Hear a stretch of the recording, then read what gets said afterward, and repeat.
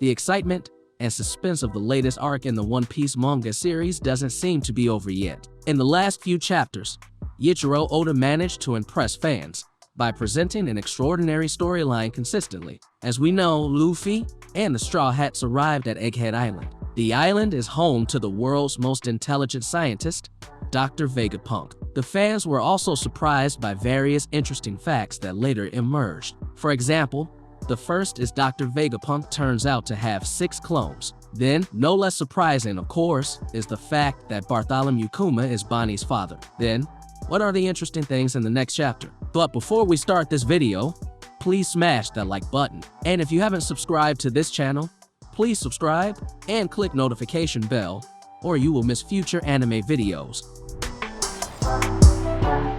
Since a while ago, many fans have theorized that Blackbeard is making a big plan. One of the things that came up in the plan was to kidnap Pudding. This is based on the fact that Big Mom was in Wano. Totto Land's condition was clearly not maintained optimally, which Blackbeard could take advantage of. Through the cover storylines of various chapters, finally Oda Sensei confirmed the speculations of the fans. In the cover image of chapter 1064, it appears that Pudding has been kidnapped and is on the Blackbeard ship under the supervision of Augur and Aokiji. That is, one of Blackbeard's big missions has been accomplished.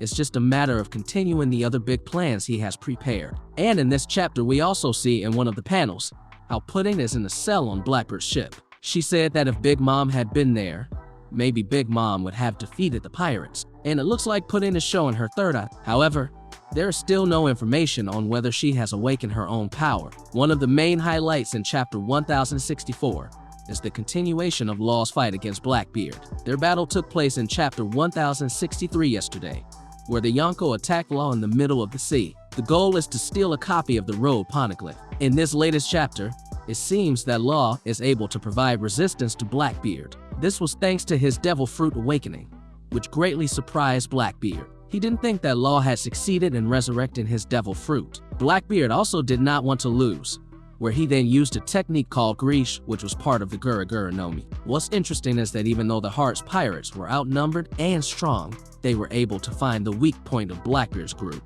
The weakness is none other than seawater. This is considering they all have devil fruit powers, as shown in the previous chapter. However, Blackbeard didn't seem willing to give up. In this chapter, it is revealed how Sakazuki heard or knew about the fight between Law and Blackbeard. According to his information, they fought on an island called Winter Island. Considering how Sakazuki previously wanted to restore world peace, it was not impossible that he would eliminate the two of them. Sakazuki would probably deploy a naval force to go there, none other than to capture or even kill them. If this happens, then of course the fight will be even more epic and extraordinary. This means that the battle level will be a little more massive. Maybe they can also send their 2 admirals considering there are 2 dangerous pirates. Another major highlight of this chapter is the next fact about Kuma. According to Jewelry Bonnie, her father was from a special race. Jinbei, Luffy, and Chopper tried to explain the situation. They have no personal grudge with Kuma or anything. They are just traumatized by their bad experience dealing with Pacifista.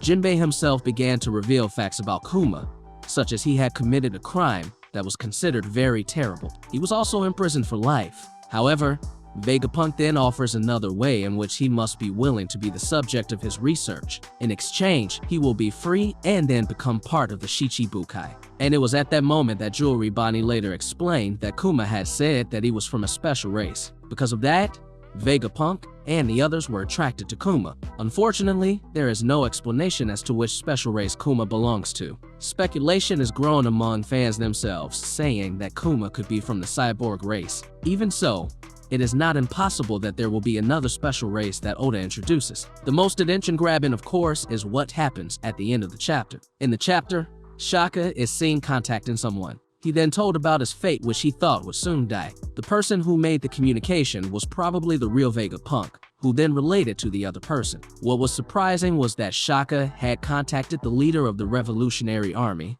Monkey D. Dragon. This is obviously very surprising because no one thought beforehand that Vegapunk, who incidentally was part of the Navy and the world government, had connections with the Revolutionary Army. This also obviously gave rise to a lot of speculation among fans.